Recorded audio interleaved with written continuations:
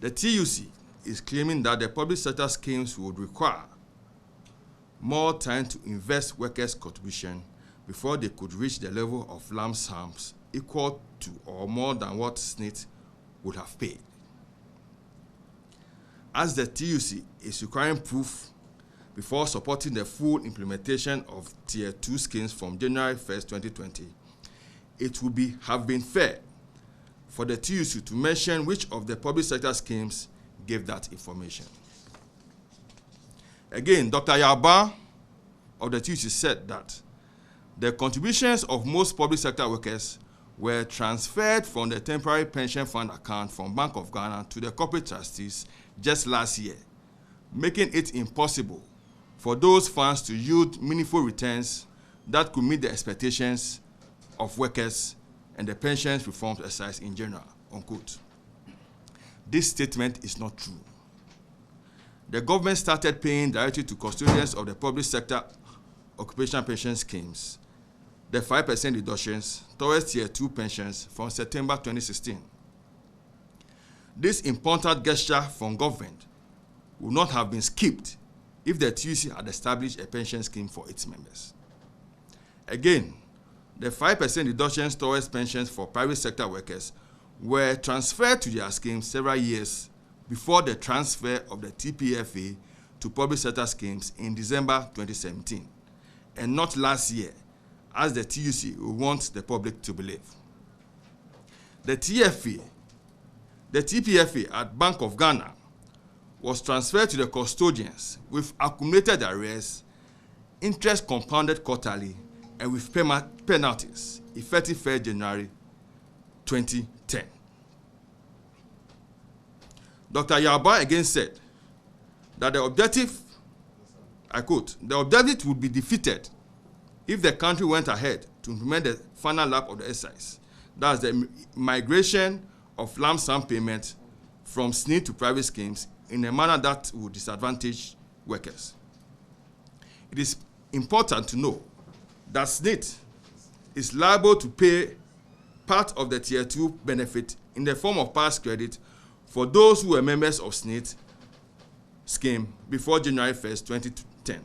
Mr. Daniel A. Dumensa, a consultant on pensions, should be taken seriously. That is, pension funds are supposed to be invested, and there was a date for the implementation. So whoever was keeping the money from day one to the time that he paid the money should pay interest on it, because changing the implementation date will not change anything. That SSNIT ought to be made to pay appropriate rates of interest on workers' contributions in order that the envisaged benefits under the occupational pension schemes will be realized. It is regrettably that at the 11th hour, the TUC and its cronies are calling for another extension of the implementation of the Tier 2 occupational pension scheme based on flimsy excuses that are not supported by facts. CLOGSAG deems this strategy as an attempt to cripple and destroy this enviable policy on pensions. Teachers and civil servants spearheaded this policy on pensions, and CLOGSAG will not sit unconcerned for it to be derailed and bastardized on fake arguments.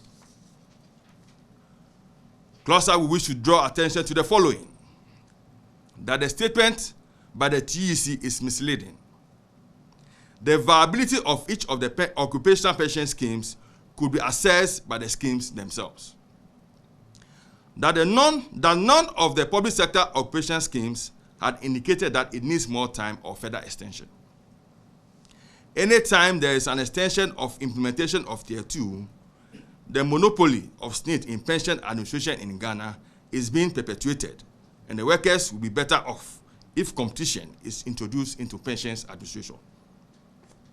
3, that there will be no compromise on the January 1st, 2020 implementation date. In pensions was put on the public agenda by civil servants and teachers.